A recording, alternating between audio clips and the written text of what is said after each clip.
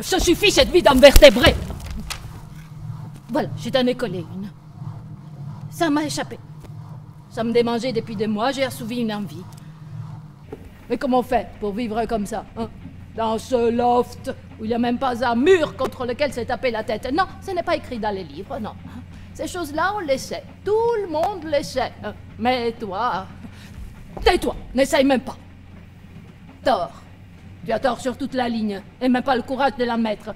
Mais ça, on l'avait compris dès le départ. Hein. Le médecin me l'avait dit avec le poing en l'air. Tu es sorti. Cette demoiselle, vous verrez, quel caractère. Têtue, qui sait tout, hautaine, le génie de la maison.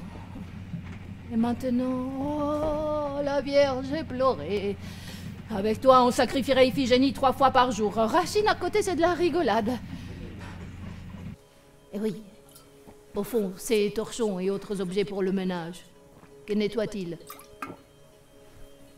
Notre passage. Si tu y réfléchis bien, il nous efface. Toute une vie à essayer d'exister, te définir, te donner un sens et à l'inverse une maison propre, rangée, qui ne laisse aucun signe de ta vie humaine. Dans cette maison, nous sommes des purs esprits. Voilà le summum de la distinction bourgeoise. Parce qu'il y a une certaine honte à incarner une maison. On ne sait jamais s'il devait arriver un invité. Quand j'y pense, si je vois des cheveux dans les lavabos des autres, ça m'embarrasse.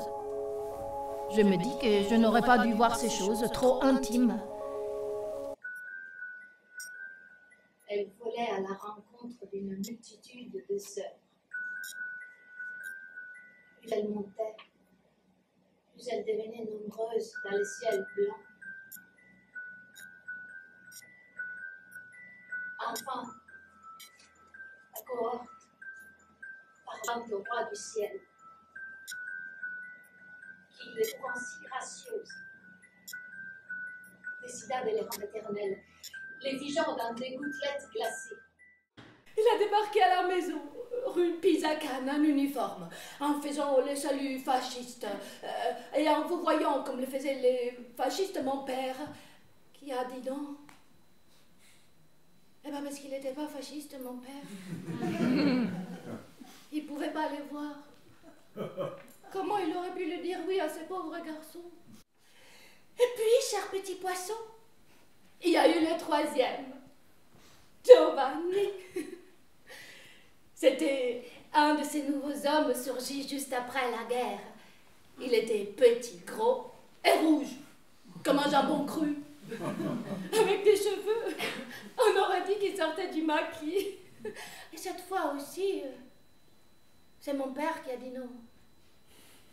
Bah parce qu'entre-temps, par peur des communistes, il était devenu fasciste.